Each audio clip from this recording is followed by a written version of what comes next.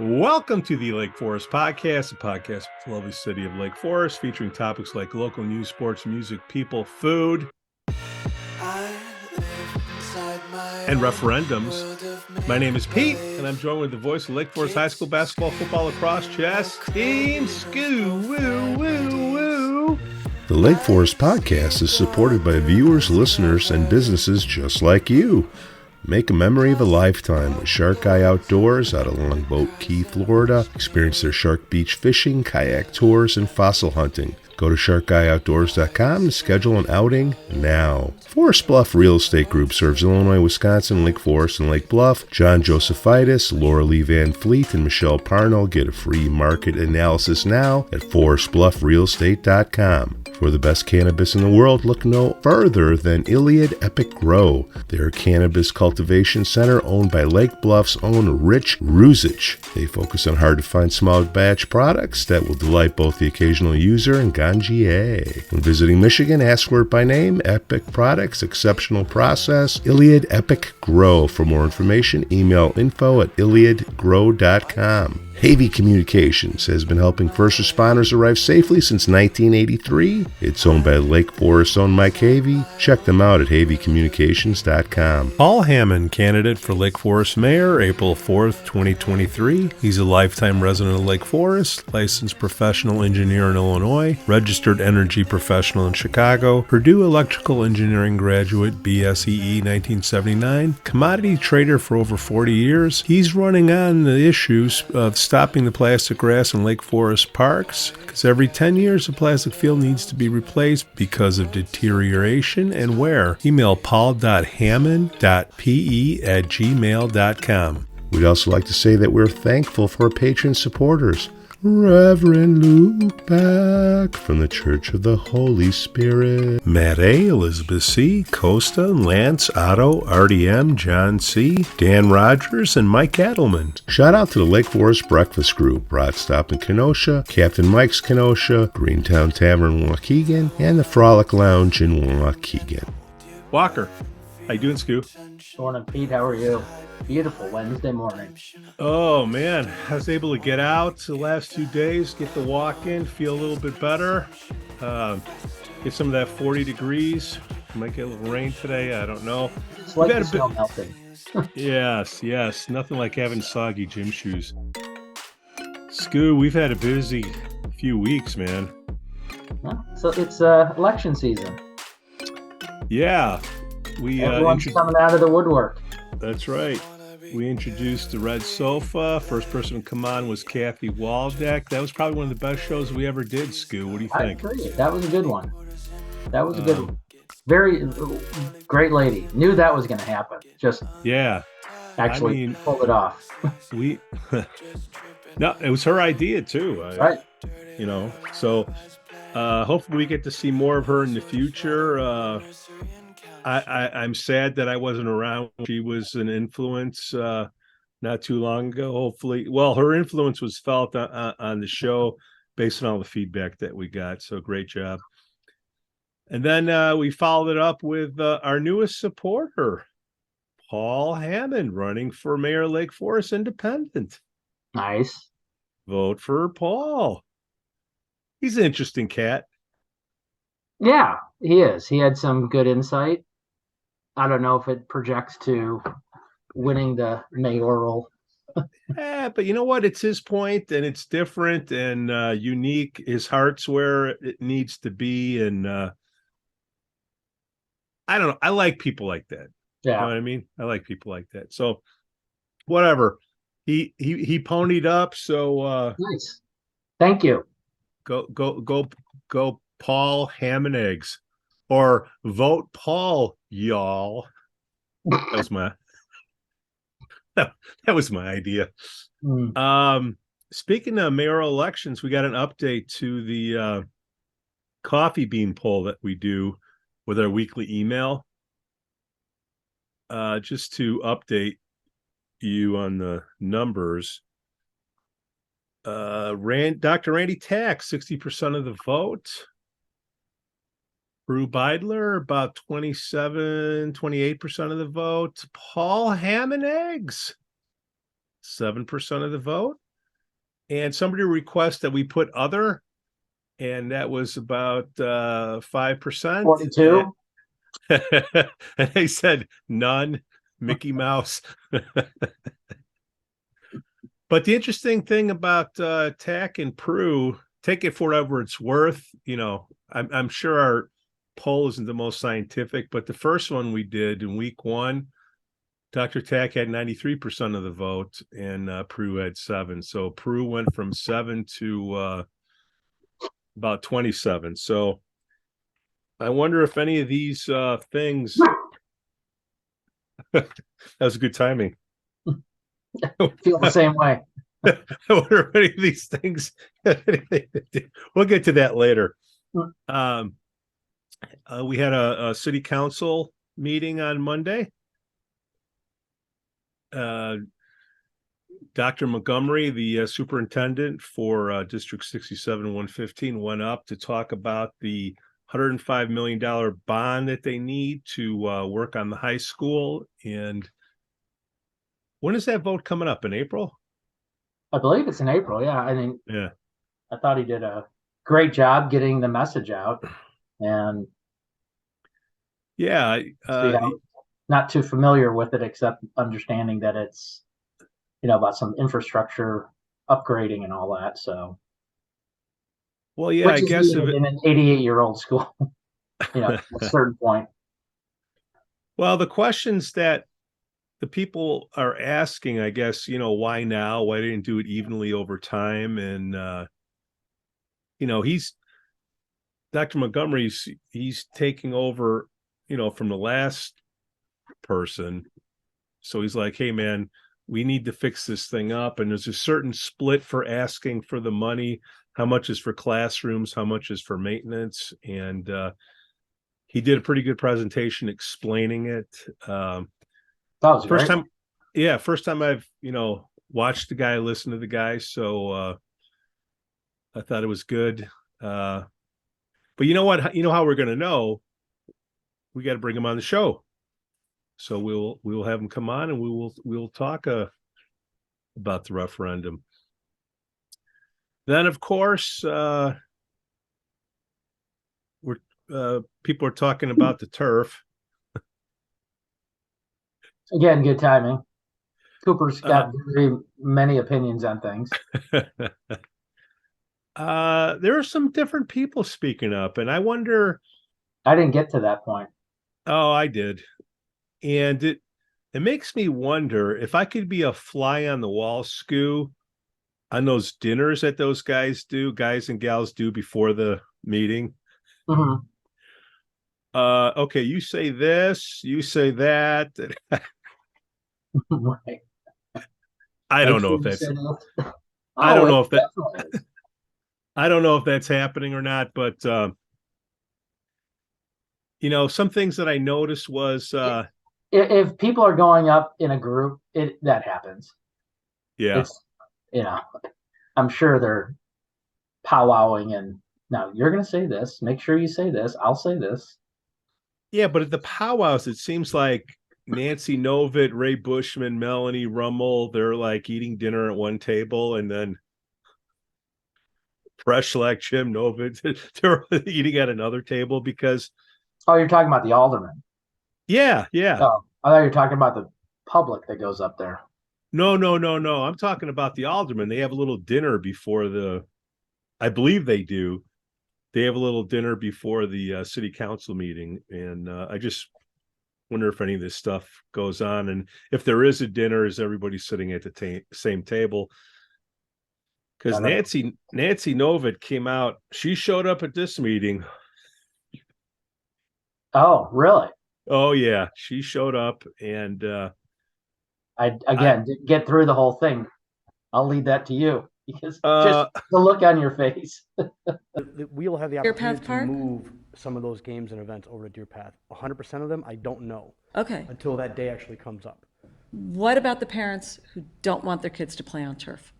Who want a natural grass option? Then that would be up to the organization to handle internally, I would think. That they could stay at those natural parks with those teams. Okay, if there's enough kids. Right. If there's enough kids to field those teams. That's correct. Okay. All right. Moving on.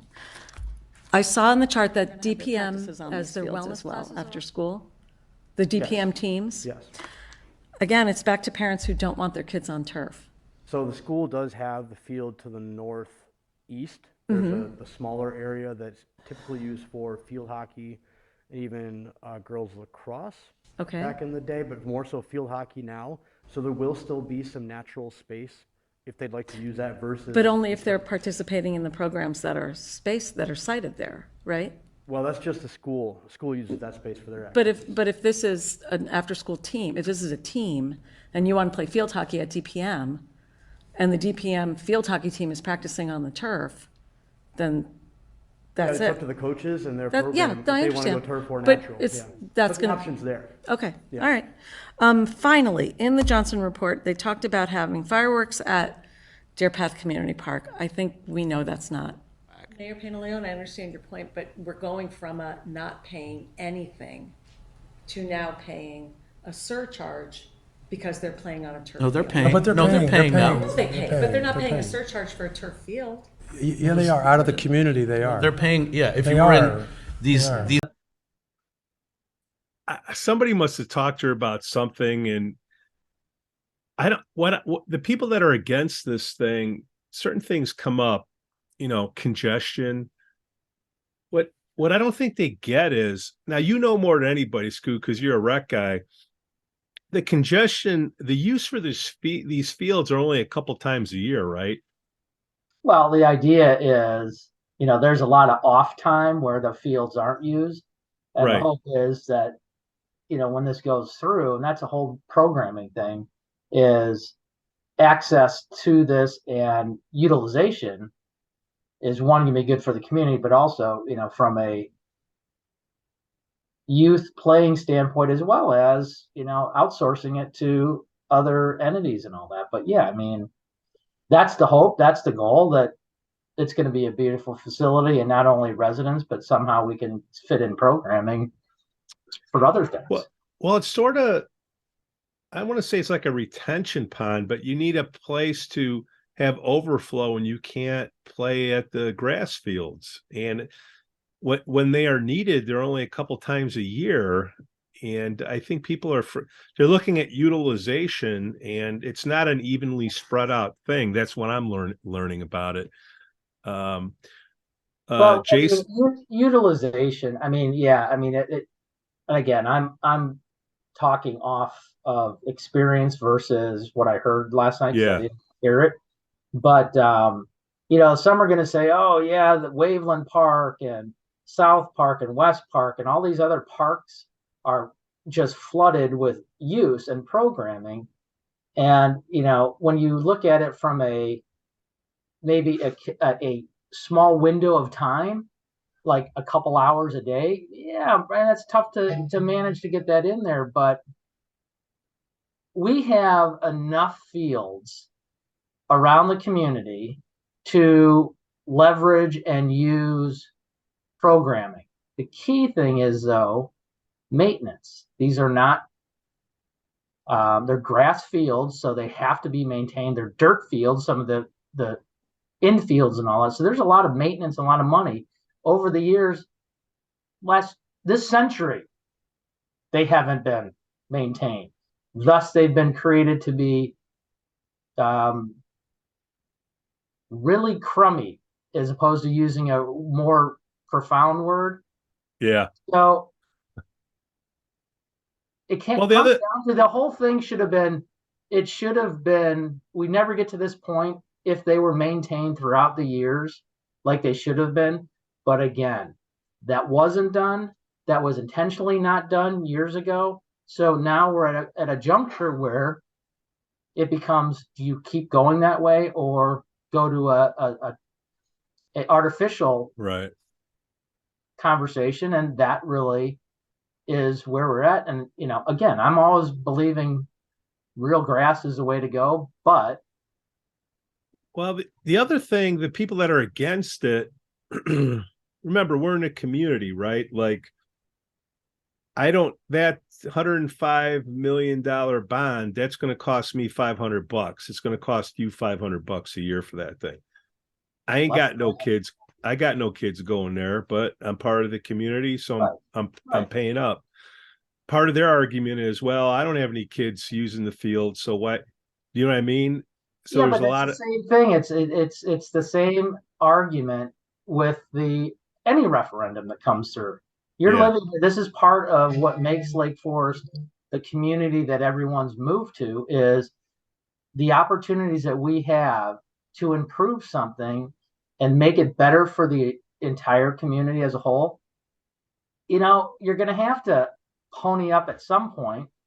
And, you know, again, like Dr. Montgomery said last night, I mean, at the end of the day, even with referendum, I mean, we're still having the lowest property taxes, and all these people screaming, raise your hand if you really know where Lake Forest ranks on the Lake County property tax. Even after this. I mean, even after this pretty darn good. I mean, you know, go move somewhere else and, you know, take out a double mortgage to pay your property taxes alone. So I don't, it's always about the immediate, and I've said this before, it's scream, scream, scream, scream. But then when something's done, those screamers, you know what they do? They're this is nice. They go, God, this is fantastic. So, well, they brought up the beach on that example, and then they brought up the beach. One second, the beach. You weren't here for same thing, same freaking thing. And oh my gosh, it's the biggest gem of the North Shore, which it is. But it's like, let's go backwards and listen to the screaming about it. And a waste of money. No, but that's seriously, yeah. No, I get it. And then one of the things that was brought up was the maintenance. I think it's $360,000 a year that you have to budget, because the life of the turf is 10 years and it's 3.6 million to replace it. And you know, they were presenting figures, pretty conservative figures. Not that I'm a turf purchasing expert, but because the turf could last 12 years, you know, who knows? And then the hourly fee that you get for people that wouldn't have normally paid before coming in. And they were talking about what should the fees be to play on this new turf. And the goal that they set forth, they gave Jason Wicca the directive that we'd like to recover at least 80% of the costs of that 360 a year. So charge the most that you can to people from outside of the area, you know, to use it. Yeah, but that's going to be a balance, and I think it's, you know, great they're looking into it. I think my opinion on that whole thing is Jason's going to have to, Sally's going to have to hire, in my opinion, experts that know how to run a facility like this. As an example, Kemper Sports. I'm not saying Kemper Sports should do it, but the city came to the conclusion years ago that they can't, and it's a similar situation. In the decision, we can't maintain the golf course, Deerpath Golf Course. Too much money, we're out, right? Too much maintenance, too much, and it was going to get shut down. It didn't get shut down. That's, you know, all said and done. But we hired an outside management firm that specializes in that. And they were screaming and hollering, oh my God, it's going to break the bank and all that. And guess what it did? It's one of the greatest public courses now out there. We have professionals that know what they're doing, maintaining it.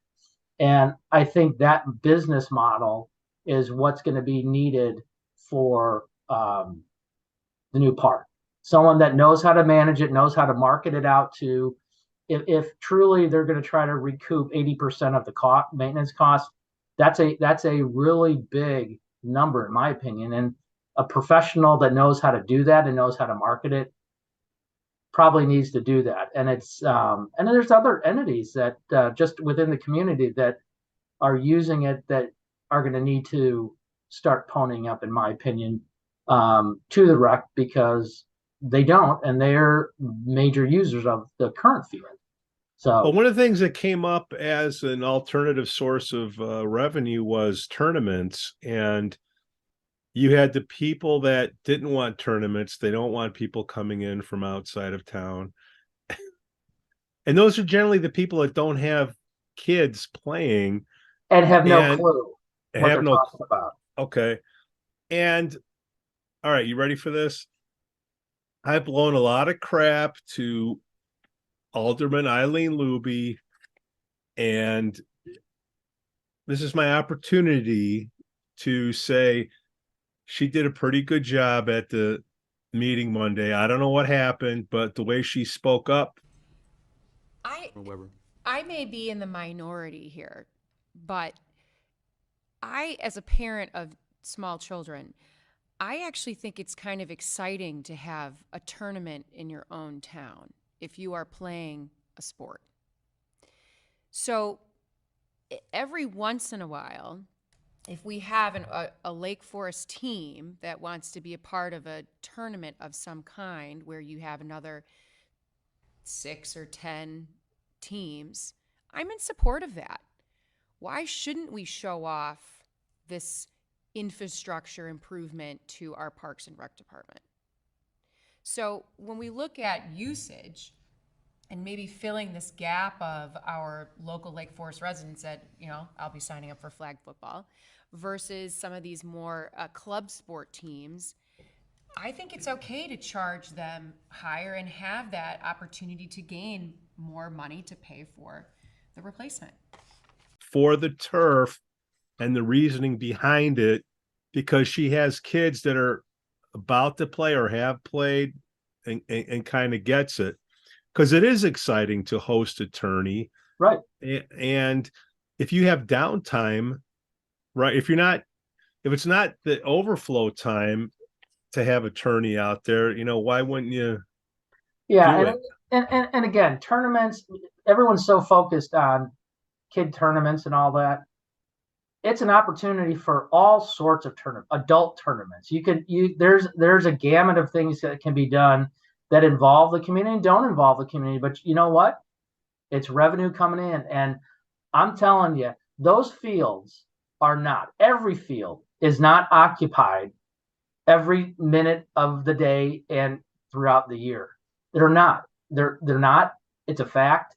And the city can leverage that right now. They can have tournaments. They always could have tournaments at different parks and all that. It was just not the desire to, because what you have to kick into it is human capital to be there and maintenance capital and all this other stuff that not going to happen. So, and going back, way back, there was a decision made years ago that these ancillary parks were going to be passive parks. No longer activity going on there except going out there and laying on a beach towel and getting sun. I mean, that's really what drove this, because they were active parks way back when, and now they have to use them as and they should be used as active parks. And so there's a whole opportunity. And again, the toughest times currently in the city is spring and fall. That's when the kids stuff is. Again, there was a decision made years ago that I guess you don't play baseball in the summer, you just play it in the spring. So Deerpath Park in the summer, fact.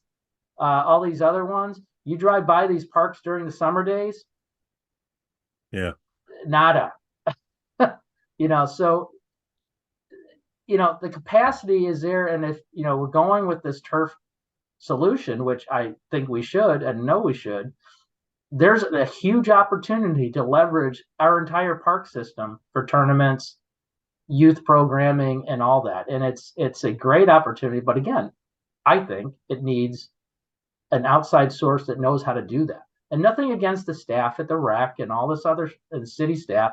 It's just what we're creating is something that has to be professionally done, and not just, kind of, we're doing this as another part of my job role, if that makes sense. Yeah. So, yeah. Well, I think there's a lot more to do. But I think there's a huge opportunity to bring, and the other thing, Pete, is tied to this that, these screamers and hollers, want to avoid is, and it's part of the whole business district revitalization is you're having tournaments and stuff like that. at Deerpath, which is walking distance or a short ride to town, you're bringing in people to our city, to our restaurants, to our stores and all that for that short window that weekend tournaments there. And that's a good thing for everyone. That a lot of people don't, they just want to scream about everyone's going to die over putting turf there, but they don't look at the big picture. And that's the big picture. Well, the other beef was the congestion. And then Mayor George, he popped in. He said, hey, man, look, when the kids are going to school and getting out of school, that's when you got congestion on Deerpath. And then that congestion that is such a false narrative that people are screaming about. The Deerpath parking lot and the rec center parking lot during youth activities is a congestion problem. That's such a joke. I mean, George is right, and you're right. It's the congestion at Deerpath is during the school day, exiting and entering, and that's the congestion. And you're not going to have events during that time. You don't right now. Well, then you got people that are living across the street that came up to speak. I get it. Across the street from Deerpath, there's 2 houses. Well, that was one of them. Estates. I mean, are you kidding me? It's like, again, there's a couple houses up on the hill on Pembroke that overlook the wreck, but it's such a joke. Sorry, that people that are screaming about not doing something. And I just love George. He just sits there and he takes out. I don't know how he does it, Skoo. I wish I could go back in time and learn how he does it. He just takes all that stuff and, like Melanie Rummel was, somebody turned the on switch on the back of her head, and then when she got done, is there a demand? I just don't know. So what's the point of your argument? George said, okay, so what's your argument? What's your point? You know how George does it? Do you know he's only 42? Shut up. We can cut that out. He's 35. It's not a day over 30. It's all that he keeps everything in. So look, the turf's happening. So everybody's getting in their final shot. So when they see their neighbors, they say, hey, man, I tried. Yeah. I mean, that's great. And you have to have the opposing side just for the opposing side. So you look at the big picture. And that's my whole point, is you want to look at the big picture, but sometimes as opposing side to stuff, they don't look at the big picture. They really don't look at the end result and what it's going to do for the community. But again, you need the opposing side, because then if you don't, everything's just a yes, yes, yes. And then, then you're in trouble. Well, just like this podcast, Skoo, you got to have opposing sides, people that have lived here a long time, people that have just recently lived here. And having recently lived here, you ever see the episode of Seinfeld when Kramer says he goes to the post office, says, I don't want any more mail? Oh, God. So, all right. I just got another one yesterday, 3 weeks in a row. Yeah. So, the Beidlers have put up about 100 G's in this thing, in these things. And they are, and they are ahead of the. Look, I'm going to try to give both sides, Skoo. It's not that I'm going to give credit where credit's due. Right. Okay. This is going out. What's the caucus put out? Okay. I hate lawn signs, but I go my walk through town. I see Prue lawn signs. You're going to see a lot of them. The grass is showing now. It's time for its lawn sign season. So going through this now, look, we've met Dr. Tack, we've met Paul Hamann. We tried to meet I met with Prue face to face, and all of a sudden, Now, Skoo, I don't know if you know this about me, but when I say behind your back, I say directly to your face. Okay. So Prue will not come on the show. So all I can do is look at what she sends out. And this is my opinion. And then Skoo, if you agree, say it's your opinion. I speak for myself. You speak for yourself. Look, people get these things. And if they don't get anything else, it's like, oh, okay. Prue for mayor. Prue. Okay. I guess I'm going to vote for Prue. But when you look at it, transparency, independent and nonpartisan. Now, can you handle the independent part and I'll take the nonpartisan part? Sure. Is she really an independent? No. Why is she not an independent? Well, I don't think she's an independent. And this kind of gets into our kind of back and forth on opinions because we disagree and agree on things too. And I've always said running, I don't think campaign contributions and what you do with your money and donate to political parties should play into election for mayor. She is, and it shouldn't. And I still stand by that. Okay. But yes, the caucus is a political party, so to speak, and everyone in the community that's registered to vote is part of the caucus. And they go through the process and nominated their slate for mayor and board or school board and alderman, right? Right. Prue chose not to, just as Paul Hamann chose to run on their own. She did it the wrong way. Disagree with her. Shame on her for doing what she did. That was wrong. Paul did it the right way, just, filed his name and did all the thing. Yeah. But my opinion is once, and let's use Paul for an example. I don't know what political party he stands by. I don't really care. Right. Right. Okay. I don't even know if he contributes to political parties and all.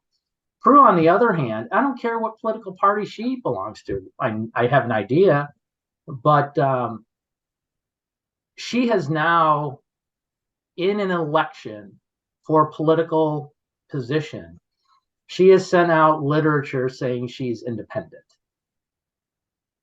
Now, anyone that votes, at least this is my opinion now, anyone that votes in our country, I guess you're a Democrat, you're a Republican, or an independent, right? So she's decided to put on her flyer, she's independent, which now my opinion is that's not true. And now bring in what I was disagreeing with. And here's my response why it's not true, because she's donated hundreds of thousands of dollars to the Democratic Party. So as I see it, outside Lake County. But as Chicago. I see it, I'm guessing she's a Democrat, which again is fine, but not an independent. And she's spinning this thing to think that she's an independent person devoid of political parties, and that's not true. And then who's her right-hand person? Susan Garrett? I don't know if she's her right-hand person, but I'm assuming she's been involved in a lot of stuff that Prue does. I just know that I've seen them walking together and she got in my face. So she's advising. I don't know if that's a fact, but I'm sure she's giving input on what she thinks Prue should be doing. I will go on the edge and say, yeah, she is. And that was a Democratic which again, senator. which is fine. Fine. Don't have a problem with it. Well, I have a problem with the kind of twisting of words. Well, and the nonpartisan part, look, 500,000 going to the Democrats outside Lake County, specifically Lightfoot and Foxx. That's just icky. Okay. So that's my opinion, not Skoo's. That's my opinion. Now, so you got these things going out, transparency. Paul was transparent. Randy was transparent. Okay. I like Randy's a good dude. We're taking Paul's money to help him out for mayor, but I'm going to vote for Randy because between the two, I see the experience. I like what they do, and I like both guys. Prue, as far as transparent, somebody doesn't look you in the eye and lets other people do the talking for them. I don't trust. To me, that's not transparent. So, okay, I don't like it. But what I do like about what they're doing, they're very organized. They're putting their $100,000 to work on this mailbox lettuce. What it says in here, the first one was 4 pages of the same thing, just so, different words, and different pictures. But again, it's better than 0. Okay. Yeah. So now, Skoo, when I started this podcast, I was on the caucus. I got on the caucus. I met Ted Mormon in the Lantern having a couple suds, and he was the alderman. I said, "Hey, man, how do you get to be an alderman?" He said, "Start with the caucus." I'm like, "All right." I asked around the people in the Lantern, what, His school board. I think it was an alderman. I don't know. At least that's the guy I'm thinking of.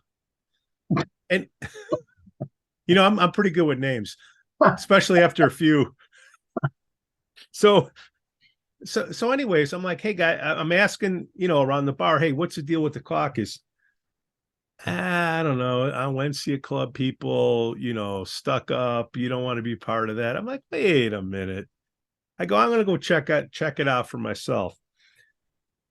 So I do for a couple of years, and there's some podcasts that I've done that, you know, I've had issues here and there, and I'll put up a couple of examples here, but I get this thing in the mail, Skoo. And it's an article on the caucus, and I'll put it up here. Of the people, for the people. And they have a picture here of 1, 2, 3, 4, 5, 6, 7, 8, 9 people.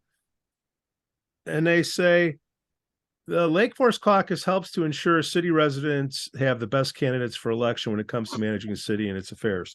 Their tagline is, "It's all of us." That isn't all of the caucus. That's the executive committee of the caucus.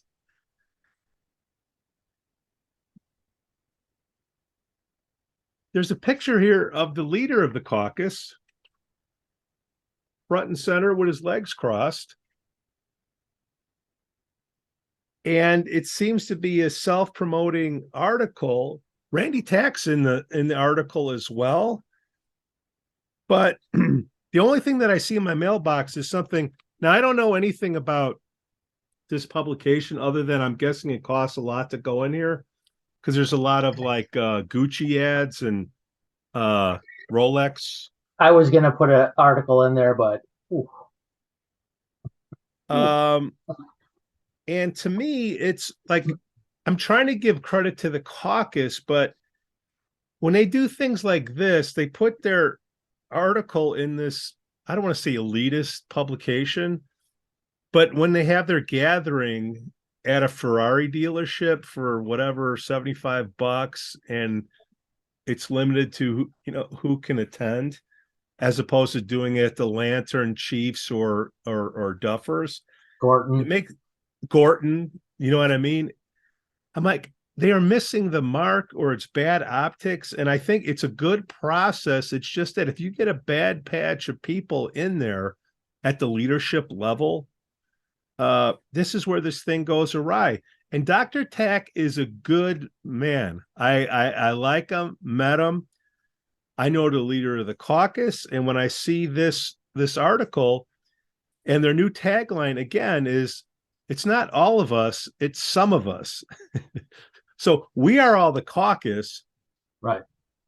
This picture isn't even the caucus committee. It's the executive caucus. It's an elitist publication, and they're coming across as elitists in here. And this is why people don't like the caucus. Where am I wrong, Skoo? Well, let's back up to the elitist magazine. I wouldn't say it's elitist, because we get it in our mail for free. Yeah. I mean, everyone in the community gets it. So, I mean, I don't think it's elitist at all. I think it's nice to have, but I mean, yeah, you page through it and it's like, you know, you know, if you want to have rent you a ever jet, bought any of these brands? if you want to rent a jet, here's the person, you know, it comes off that way, and it's, you know, hoity-toity parties and pictures and all, which is fine. I don't think it's elitist because everyone in the community gets it. So I just wanted to, and someone wants to spend their dough that way, more power to them. And you know what? Every community up and down the North Shore has the same kind of magazine, but that's just me. Well, you know, they say, and you know, any pub, any advertising is good advertising. Just spell the name right. Okay, so I get it, but you don't see anything else except this. Well, here's you asked for my take on that. Yeah, give me it. You know, I think the caucus missed the spot on this. First off, you're absolutely right. To have a picture of the exec council of the caucus committee and then underneath it say, you know, their names, but this is the caucus. I mean, doesn't anyone proof that? I mean, that's not the caucus. That's the executive caucus committee. And I just don't think, I think where they missed the spot. And honestly, I was reading the article and I was laughing because I kept getting deterred to looking at the caucus pictures. So here's where they missed the mark. Yeah. Just Skoo's opinion. Right. There was no, if you're going to spend that much dough for an article, and I don't know if they spent the dough or they got a freebie because they, you know, this guy, they put tack. Let me finish. This guy who publishes it, there's some, you know, you get charged for it, or some, there's a section where you can, you know, you don't get charged for it. So I don't know if they paid or it was a freebie in there. Right. But where they missed the point is, you know, I know they're trying to educate everyone about the caucus. The bad move is, you know, that those pictures, bad move. What they should have done, if they want to educate the caucus, that's great. But they're in the midst of a contested election. And what they should have done is there should have been on that page where, you know, it's the exec council should have been nine people. Should have been the slate of candidates that we're voting for in April. No more, no less, and then read the article. But to have the president of the caucus on one page, you know, and then the caucus committee, exec council on the other, and then Randy tucked away up in the lower upper right. Bad move. And I don't know who's coaching them on saying that's a great move. It's a horrible move. They should have had the slate of Randy, the 3 new aldermen, and then the school board people on there, and really say, this is who we're voting, you know, that whole thing. So I agree. I mean, it's just a bad move. And unfortunately, they can't afford to have bad moves. No, they're shooting him. So, I mean, Dr. Tack, he's almost better off. He doesn't need their money. He could go against Prue without the caucus. He doesn't need this type of help, but whatever. Well, yes and no. And again, it's about the process, Pete. It's, you know, that slate of people, Randy and all that, were asked by the community to run. So I would probably say if they were going to do it on their own, they wouldn't do it. But what I'm getting at is that and I want to get back to Prue's stuff that we were talking about too. It's totally disagree how Prue has decided to run. Totally. She should have been banned for bad behavior after her display, from my understanding from other people that were in the know, how she reacted to not being chosen 2 times ago. She should have never gotten to this point where she was even considered by the caucus. So I think the caucus erred there too by enabling her to do it again. You know, part of that caucus interview for all 3 of them, as Cathy mentioned, is the question that was asked was, if you don't get it, are you going to run against the caucus? Right? And Prue said, no, I'm not going to do that. Cathy said no, and Randy said no, and all that. So basically you move forward in the discussions then. And look what Prue did. So when I say she should have been disqualified for past behavior, she should have never have been considered this time. And if she, then whatever she did, and that's fine. But getting back to more of what's going on right now, if you're running against the caucus, you have to have money to put in your own money because you're not getting it from anyone.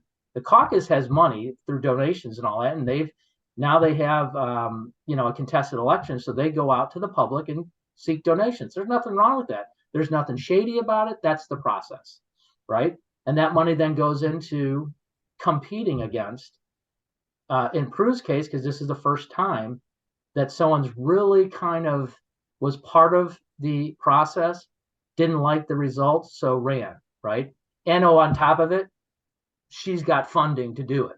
Yeah. So this is really the first time the caucus has really faced a contested election where money is involved. So in my opinion, the caucus needed to be proactive. I know they're sending out social media stuff, but I mean, they're sending it out to their mailing list, and even to a smaller extent, the mailing list, if they have these people's, they're already going to vote for TAC. Right. But what I'm saying is they're relying on you and I who see this stuff on social media to then forward it on to our contacts, which I think is wrong. What Prue's doing, again, I disagree. Yeah. But guess what she's doing? She's taking her money. Winning. I have gotten in 3 weeks in a row different flyers from her in my mail.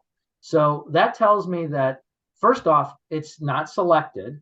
She's sending it out to 15,000 voters, if that's the number. So everyone's getting that. And on the flip side, the caucus stuff is not being disseminated to 15,000. I haven't seen anything in my mail or on the streets supporting the caucus candidates. And whether Prue's flyers, right, wrong, or indifferent, you can take it how you want. Guess what? The majority of 15,000 voters, as you have shown in past elections, don't really vote. Right. It's a small number. So in my opinion, this becomes a numbers game.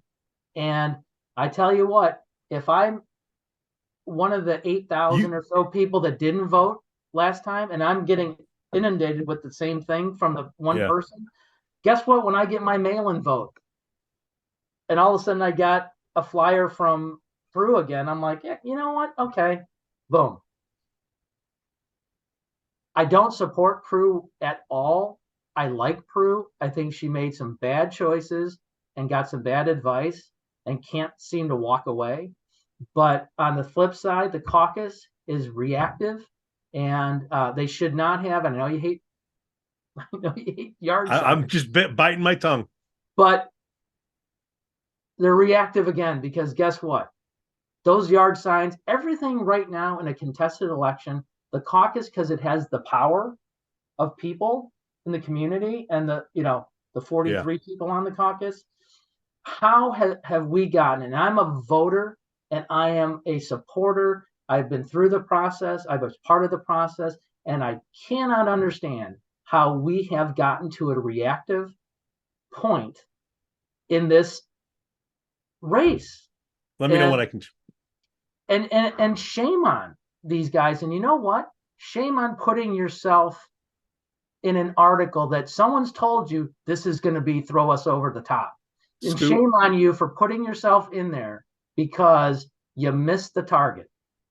And I hope Prue doesn't win, and I'm sure Randy will. And Randy is a fantastic choice. They made the right decision. I'm not going to criticize that. I thought Cathy Waldeck should have been chosen over Prue, but that's neither here nor there.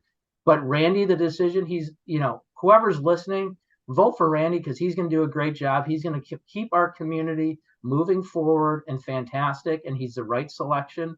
But boy, these guys keep missing the point. And again, I'm going to go back to my mantra, Pete. I believe in the caucus process. It's all about people. And we are just, this caucus committee, this exec council keeps missing the point. Skoo, here is why. Look, I know the leadership. Okay, I've worked with the leadership. Right. And you could say I have a biased opinion or I have an issue or whatever it is. I'm just letting you know it's bad leadership. It's bad leadership that continues because this leader that's self-promoting, he's going to pick who he wants to be as the next leader. Right. He got picked by the last person. That person got picked by the last person. We've had 3 subpar leaders, at least that I know, that I've witnessed, that has put us in the boat that we're in. Right. And till you break this cycle of the president picks the vice president turns into the president, or at least let the exec council or the caucus committee pick who they want to be president, you run into stuff like this, and Prue's odds for winning the election go up because this is hurting Dr. Tack more than it's helping. I don't understand if that was the decision to put the caucus exec committee on that first page. I don't understand why there had to be an associate on the other page, a solo picture of the president of the exec council. That doesn't make sense to me. He's not running for anything. He's got 2 months left. And it's got to be about the slate of candidates. Yeah. But you just made a good point, though, Pete, is, the process, I know it needs to be relooked at. And it's for years and years and years and years. It's always been that president, right. It's been selected and they select their, and they don't necessarily select because they're supposed to be getting input from everyone, which whether they do or not. Right. But the thing is, I don't think the current president should have anything to do with promoting this race right now because he's gone right after the election. Right. And the vice president has to deal with the fallout, whether she wins or loses or whatever. And he's the one that should be really kind of speaking. And I think the caucus exec committee is missing the point and not focusing on the slate of candidates because they should be out there talking, not going to, I saw they had a meet and greet at Exmoor Country Club. What's that? It's a country club in Highland Park. A lot of residents belong there, but there was a meet and greet and I heard it went well. And there's, the mayor there and some other people and, and it went well, but you know what? Did you know about it? I didn't know about it. I was at Duffer's. I mean, whether it's Duffer's or not, I'm not talking that it should be in a bar or anything like that. My point is the caucus should be communicating this to the electorate that there's going to be a meet and greet here. And they shouldn't be having these meet and greets at places that are elitist. No, I don't know, said it. Maybe I could have gone to that. Maybe not because I'm not a member there. But the point is, there was no communication to anyone in the public that there was a meet and greet, the candidates, at Exmoor Country Club. Now, that might have been to the country club members that live in Lake Forest, but that's again, you're missing the target here. And, when is the caucus going to schedule and not having at their annual meeting fundraiser, the meet and greet and say, oh, well, the community can come to that. Yeah, the community's got to pay money to go to that. If I want to donate money, I don't want to go there and I'll donate it, to the caucus, but missing the target and, it answers the other side of people going, nah, screw the caucus. They're just, elitist and all that. Why should, that's the education point they're missing. Yes, that's my point. By your actions, you're showing what you're saying you're not. And it really pisses me off because, again, Randy's a great guy, and I'd hate to see someone like Prue win who cheated the system. Well, okay, I'm done. I'm done. And you know what? And everything she's doing right now, whether she spends 100,000 or 500,000, it's reflective right now. She's putting that money to educate the community on why they should vote for her, and nothing's in response to that. Well, again, she's more organized. She's winning. Yes. So More power to her. Okay, hey, I respect it, but I'm not respect it. Yeah. So I'm gonna put the mag away. I got a little something for Prue here. Let me ask you about this, Skoo. Right before the show started, somebody sent me an email about this is something that happened 10 years ago. Mm-hmm. What is Save Walden? Save Walden was a mantra people were opposing. Bob Krebs and his wife, who I believe he's the CEO of BNSF, and have a beautiful historic home and just a gorgeous piece of property and home. And he, it's fantastic. And he decided he's going to donate, or whatever it was at the time, and to Lake Forest College, and let him use it for medieval and Renaissance studies. I mean, I guess he has a lot of artwork and all that stuff that's that time span, I guess, as well as the house. So yeah, he decided that, and they were originally, I think they were going to have, classes there and all that. And, again, that brought up the whole busing and this and that, and congestion we talked about earlier. But it didn't go through. They had to get a special use permit. It didn't go through for some reason. And, there's a lot of screamers about it, and rightfully so. I mean, I guess if you walk down there, I'm sure you have, it's tight, very beautiful property and all, but I don't think it was going to be a problem where 3,000 people are going there on a daily basis. And apparently I just saw in the paper that that's now been resurrected because he did donate it or something. I don't know how, but it's back on the radar. Can I read this thing and tell me if it's on or off? I have no idea. 10 years ago, the neighbors living on Walden Road, Ringwood Road, Mayflower, and the Havenwood neighborhood were forced to hire a lawyer and united before the zoning board to save Walden, one of Lake Forest's most bucolic, what's that mean? And historic neighborhoods. You know what bucolic means? No, but it is a beautiful area. All right. Historic neighborhoods enjoyed by joggers, walkers, bikers, and of course, the tax-paying neighbors. Walden, the neighborhoods around the corner of Mayflower, Walden Road, Ringwood, and Havenwood neighborhood, was threatened by the plan of one homeowner in the neighborhood to obtain a special use permit. You know what that is, Skoo? Mm-hmm. SUP. To transform his home into a commercial, educated-oriented enterprise. Prue Beidler, now running for mayor of Lake Forest, was firmly in favor of transforming the neighborhood from strictly residential to something else, in defiance of 99.5% of the neighbors and other residents who spoke against it. So don't be fooled by the campaign literature. She does not respect Lake Forest heritage, its neighborhoods, or the desires of the neighbors who live and pay taxes here. She was firmly and vocally in favor of forever changing the character and beauty of this historic neighborhood by allowing a special use permit, SUP, completely out of character with the site and contrary to the desires of the vast majority of the neighbors. Thankfully, to the zoning board, after 2 lengthy meetings packed with angry residents opposing the plan, shelved it and saved Walden. But while the zoning board voted down, the threat to Walden has resurfaced. Maybe someone should ask Prue about her plans to destroy Walden if she's elected mayor.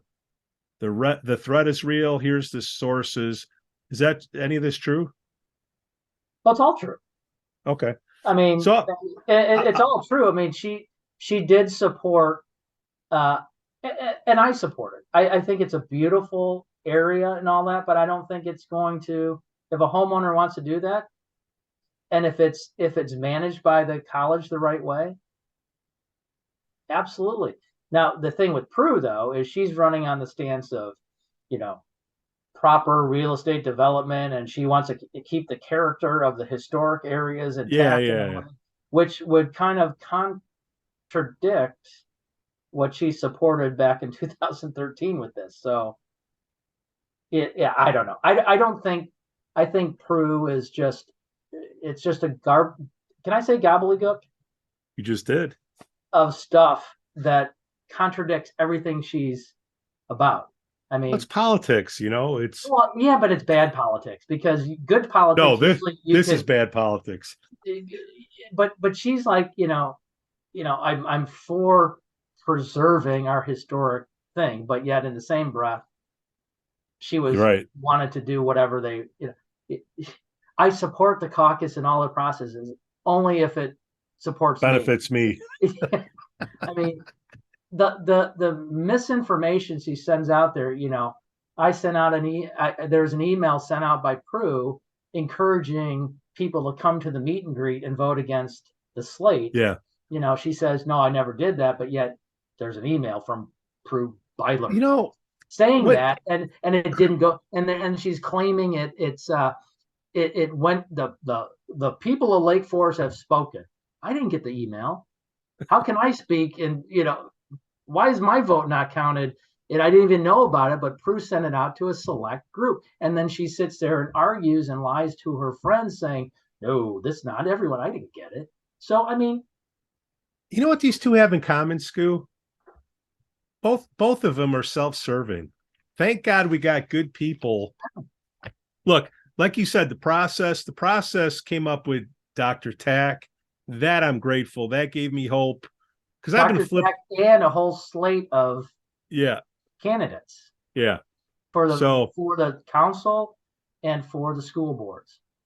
We just got to lead. We got to fix this leadership issue. Just somebody has to.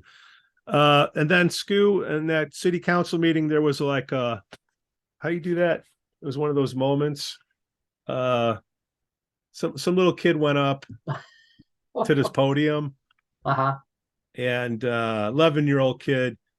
Please keep your comments to 3 minutes or less. The first person on the list here is Ari Mark. Good evening. My name is Ari Mark. I'm 11 years old. I'm here today to talk about the closing of the Wildlife Discovery Center. I understand that decisions have already been made, but I hope that what I say tonight may help you see those decisions in a new way. I started going to the WDC when I was a little kid. I would watch Boris the Bobcat, Curly the Red-tailed Hawk, and Flora the Iguana for hours. I would ask the volunteers all kinds of questions about each of the animals. They would tell me stories about how these animals were rescued after being hit by cars or after losing their parents. The volunteers would also tell me about where each animal came from, about their natural habitats, and about how to care for them. Each time I went to the WDC, I would learn something new, and my passion for animals grew. I thought to myself that someday I will be a real volunteer here, caring for these animals I came to know by name and love, and to pass on what I know to the next generation. I've been there for Wildlife Explorers Camp on hot summer days. I've been there to listen to owls and roast marshmallows on the coldest winter nights. The Wildlife Discovery Center has played a big part in who I am today. I know there are hundreds, even thousands of kids who feel the same way as I do. In times when I felt sad or lonely, I knew I could always come to the WDC, and caring for the animals for a few hours would cheer me up. But even if you don't love animals as much as I do, I think that the WDC is a special place for everyone. Just because Rob, Mr. Carmichael, is retiring, I can't understand why the city couldn't come up with a plan for the WDC to continue. Even at my age, I know that money has a lot to do with how decisions are made. But people in Lake Forest have more money than most people in most cities. If everyone gave just a little bit, or if the city looked for a few supporters who loved and appreciated the WDC like I do, I know we can keep it going. I myself gave over my allowance time and time again because I believed in what this organization was doing. Finally, I just want to say that it was really upsetting to find out about the closing after the decision was made and after some animals had already been moved out. I'm asking you to see if there's any way you'd reconsider so that this important community resource, this place of loving and learning, can be saved. Thank you. Thank you. That was very well done. Very difficult decision. And I think if you would like to talk to our staff about that, there are people who, any number of people through the city manager be happy to explain. We've had a number of people express that opinion, that feeling, and we've had lengthy conversations with them and the staff, and I think everybody comes away sort of recognizing the reality of the situation, as opposed to, it was not a hasty decision. It was not a comfortable decision. So, you guys shut down the wildlife center, Oh, and he was didn't see going, that. and that was his special place and whatnot, and nobody gave any notice that it was going to happen. It just happened after the fact, and that was one of the times where Mayor George did respond to a citizen's comment. Do you know what happened with that thing? Like, what? I know you know the guy that ran it. Like, what? It's money, I guess, but I would think in Lake Forest, all this stuff we want to preserve, we shut down a wildlife center. Hi, my name is Rob Carmichael, curator of the Wildlife Discovery Center. Most of you know who I am, and I've been with the city for a long time. Grew up here in the city of Lake Forest, and when I had this crazy idea 25 years ago of opening up a nature center and pitching the idea to Fred Jackson, he went to bat, and we got this thing off the ground, and it's been 25 great years. And I've been with the city for 37 years, actually, and it's time for me to retire. So May 31st, I'm retiring, and after very careful deliberation, we've realized that it's time to look at the animal collection and starting to place animals with really good homes. We got homes lined up all over the place, and many of those animals are going to be right here locally. And with that, the Wildlife Discovery Center is going to be closing. March 24th will be the last day, and we know there'll be a lot of questions. We're going to have an FAQ section on the Wildlife Discovery Center website. We encourage you to go there to check it out. But as the sun sets on the Wildlife Discovery Center, my wife and I, who've been involved with this thing from the get-go, we know that Lake Forest has so much natural beauty. So go out to our parks, our open lands, our county lands, enjoy all that we have around us. We have so much wildlife that are abundant here that we can enjoy, and get out there and enjoy and support these different organizations. And with that, I hope to see everyone. We're going to be celebrating the next few months, celebrating some great years, and we hope to see you out here. So thank you for all your support to our donors and our families and the community for all you've done, making this guy's dream come true for so many years. Thank you. Yeah, I mean, it was a tough decision. It was a wrong decision. And like I said, I'm not always a supporter of what the city does, and I'm going to speak my mind. But Rob Carmichael, way back when he started, he was I want to say probably a program supervisor for the rec then.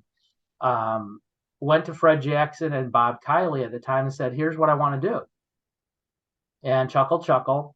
Okay, Rob, go ahead. So Rob started this thing and with a couple snakes, and I grew up with Rob, and he was, like before his people time, snakes, or like snakes. He had those things growing up in the backyard and all that stuff. I mean, real snakes. Oh yeah. So Rob started this thing and grew it and grew it and grew it. And kind of the chuckle I say was there was really no city support except for, funding wise, that is. So Rob from day one was out beating the bushes for donations and people to donate to help grow this thing, which he did phenomenally. By the way, this kid gave his allowance to Mr. Carmichael to keep the thing going. And so Rob grew this thing. He ended up moving from the rec center out to Elowa, was the first, I think, tenant out there when they redid the place at Elowa, and was there for, he lived out there and he managed the Elowa area as well as the wildlife discovery. And did a fantastic job, great educational thing. And he grew this sucker into not just a thing for the city, but a nationally renowned reserve, if you want to call it that. I mean, some people call it a zoo. I don't think it's a zoo because it was a lot more than a zoo. But again, over the years, funded by supporters. And, Right. at a certain point, and I'll say this, when I was on the rec board, I was asked to be a liaison to the Elloa Farms Commission, where we were looking at, certain people on the Elloa Foundation and all that wanted to strong arm Wildlife Discovery Center out of there. They wanted that whole facility for themselves. I believe they had, kind of strong armed open lands out of there too. But sat on a committee, and I was on the committee with George before he was mayor. Huh. And a master plan was developed to build a building for all wildlife discovery as well as Elloa Farms, the tenants and all that. And they had the capacity there land-wise, because I know originally there was some reservation, so to speak, for building a school out there. So that all started going through, and it was I'll tell you, there was some really intense meetings because these people were nasty. They wanted Rob and that thing out of there. They thought it was a joke and blah, blah, blah. But it maintained, and I think the underlying thing was, hey, the secrets were, he's going to be retiring in a few years. So, I don't think there was a lot of, and Rob he's getting to that age, just like we all do. I don't think the city really invested the time and energy to support him with people.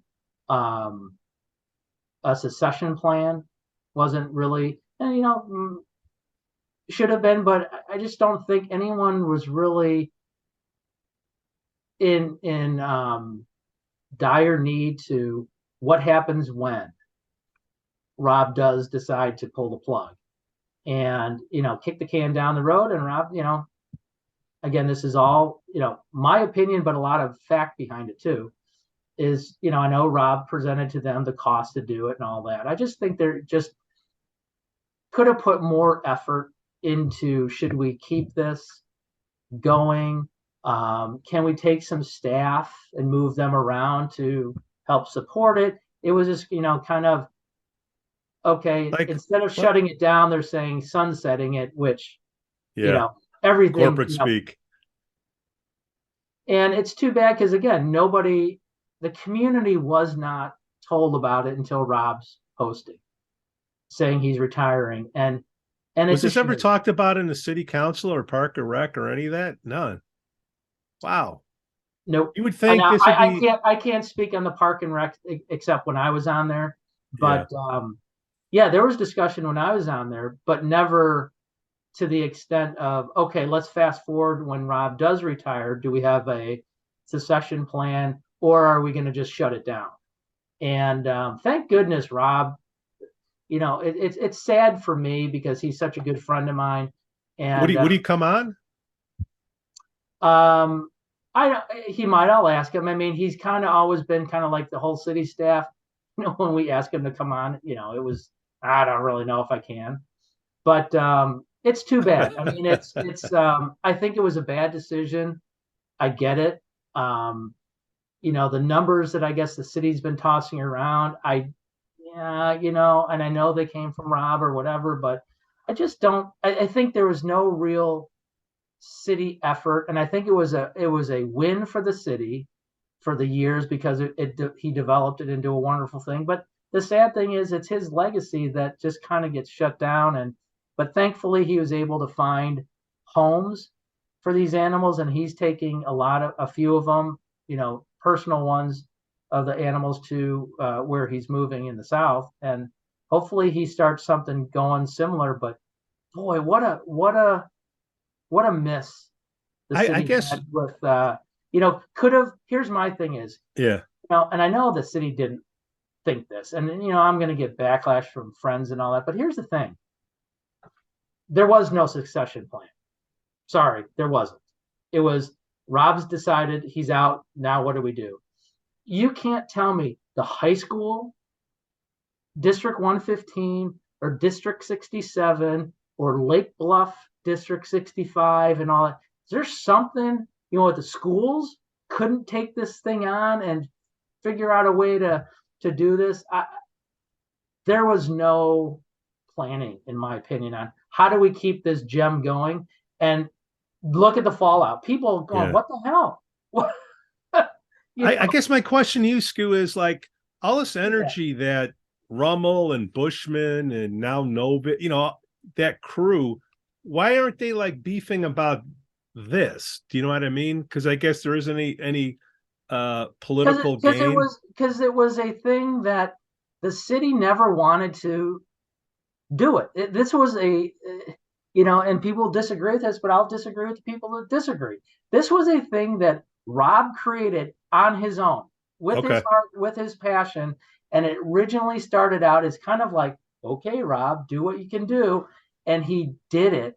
And he created a wonderful environment for kids to go to and learn about nature, for animals that he saved. I mean, and the city benefited with nothing input into it except for Rob's salary and maybe some of his staff salary and all that. There was no, it was like, hey, this thing's going great.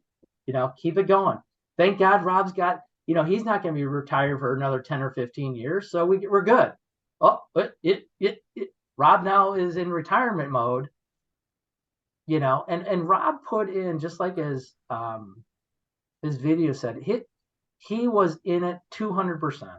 His family was in it. He was in it too much. The nature stuff he did, taking kids to on trips to, I don't know the name of the place every summer, but the educational end of it. I mean, his staff of volunteers over time, Pete, are spread out throughout the country at zoos and big time places because of Rob. Yeah. And to sunset, as they say, the program because funding, bad. I mean, poor little guy, 11-year-old up there. Shame. Well, Skoo, missing the target. They missed the target on this one, and I just think not only the city but the school districts could have got, because again, the school district benefited from Rob too, without really, it was a freebie for all of them. Yeah. And it turned out to be a nationally renowned place of education. And you can't tell me that no one in this community decided to step up and take care of it. But you know what? Because nobody knew. I'm going to do a Joe Biden. Nobody knew what was going on. And it's a shame. I mean, what a great opportunity to continue a legacy. And instead it's, like you said, I saw that post from Rob. I had no idea who he was till you said something about it. I saw the poor little guy going up to the lectern. He's like this. You closed it without telling me. One of them on the council, I bet, could even answer. George did answer. Well, so besides George, and George was, again, like I said, I served with George on this committee, so he was a little more intimate, and he and I knew what was going on, and how. Well, I know it had to be something serious. Trying to get rid of the Wildlife Discovery Center. Yeah, that wasn't too long ago. Yeah. Throwing it out there, Skoo. That's what we do. Well, it's too bad, and we can cut this out and all that, but it just, I mean, you don't have to cut anything out. City does some bad stuff, and this, unfortunately, I think they missed the target on that one. Well, if you only show that. By the way, Rob, awesome freaking career. Proud of you. Proud to be your friend, and what you've done for not only the community but for your workers that are now working on their own throughout the country. Your legacy, in my eyes, is continuing, and it just enjoy Nashville, or not Nashville, but that's a good place to go. Rob, if we were standing in front of each other, we wouldn't know who each other is. Please come on the show so we can recognize each other, and we like to hear your story in person. Plus, the little guy that went to the podium, gave him his allowance, Skoo.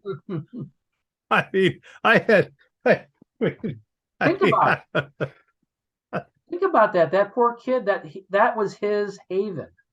Yeah, that's exactly what he said. And kudos to the kid for stepping up there and saying that. And, his mom was there to help him. But, I mean, that's good. I mean, that kid's going to be a leader someday, Mark. But see, that's what I'm talking about is what Rob created, not just a haven for animals, strays and however he created, but his volunteer staff and the kids that came there, he created a lifelong, if not career for them. And it's just influence. Yeah. Yeah. And it's incredible and they sat there. That's my opinion. That's kind of fact that the city sat and just let it kind of wind down without really, because they didn't want to fund it. Well, and no, they still have two big donors, but yeah. Is it going to be one of those things, Skoo, that they're going to just sell it to some developer and then Melanie Rowe will get all excited that we're going to fight it? There's going to be a lawsuit. Ella Farms is going to stay there. And the Ella Farm group is going to probably take over the entire facility now. And no, it's going to say they'll never, ever get demolished and developed. But, maybe that neighborhood's going to see a lot more weddings there. I'm sure they're going to, because there's a restriction right now having weddings and events there during the summer, but I'm sure now that Rob's gone, that'll change. That neighborhood's going to be wedding every weekend. Well, let's see, Skoo, big win for the week for Dr. Montgomery. Good job. Little guy that went up to the lectern. Good job. And then everybody else, you got some work to do. Well, that's not true. But we'll edit that out in post. Skoo Walker, thanks for another riveting episode of the Lake Forest Podcast. Oh, what you got? Winter sports schedule for the Scouts winding down. What do you got? Swim, dive, gymnastics, wrestling, cheerleading. Would you ever call a swim meet? No. This is a triple. I was asked to, but I didn't. It's really hot in there, believe it or not. Humid. Yeah. Beautiful though. And that was a triple. I mean, all the sports are winding down. It's amazing that the winter sports are winding down all of a sudden. Yeah. Go figure. It's February. Happy Valentine's Day, Pete. Oh, Skoo. All right. I choose you. Hey, little tip out to the boys out there. Take your vases to Mariano's, get them filled up, wrapped up in plastic, put a bow on it, save half. Yes. Did you get that? Could you try again? Sorry, Siri. All right, Skoo. The Lake Forest Podcast is supported by viewers, listeners, and businesses just like you. Make a memory of a lifetime with Shark Eye Outdoors out of Longboat Key, Florida. Experience their shark beach fishing, kayak tours, and fossil hunting. Go to sharkeyeoutdoors.com and schedule an outing now. Forest Bluff Real Estate Group serves Illinois, Wisconsin, Lake Forest, and Lake Bluff. John Josephitis, Laura Lee Van Fleet, and Michelle Parno get a free market analysis now at forestbluffrealestate.com. For the best cannabis in the world, look no further than Iliad Epic Grow. Their cannabis cultivation center owned by Lake Bluff's own Rich Ruzich. They focus on hard-to-find small batch products that will delight both the occasional user and ganjier. When visiting Michigan, ask for it by name. Epic Products, exceptional process. Iliad Epic Grow. For more information, email info@iliadgrow.com. Havey Communications has been helping first responders arrive safely since 1983. It's owned by Lake Forest's own Mike Havey. Check them out at haveycommunications.com. Paul Hamann, candidate for Lake Forest Mayor, April 4th, 2023. Beatty. He's a lifetime resident of Lake Forest, licensed professional engineer in Illinois, registered energy professional in Chicago, Purdue electrical engineering graduate, BSEE 1979, commodity trader for over 40 years. He's running on the issues of stopping the plastic grass in Lake Forest parks, because every 10 years a plastic field needs to be replaced because of deterioration and wear. Email paul.hammond.pe@gmail.com. We'd also like to say that we're thankful for our patron supporters.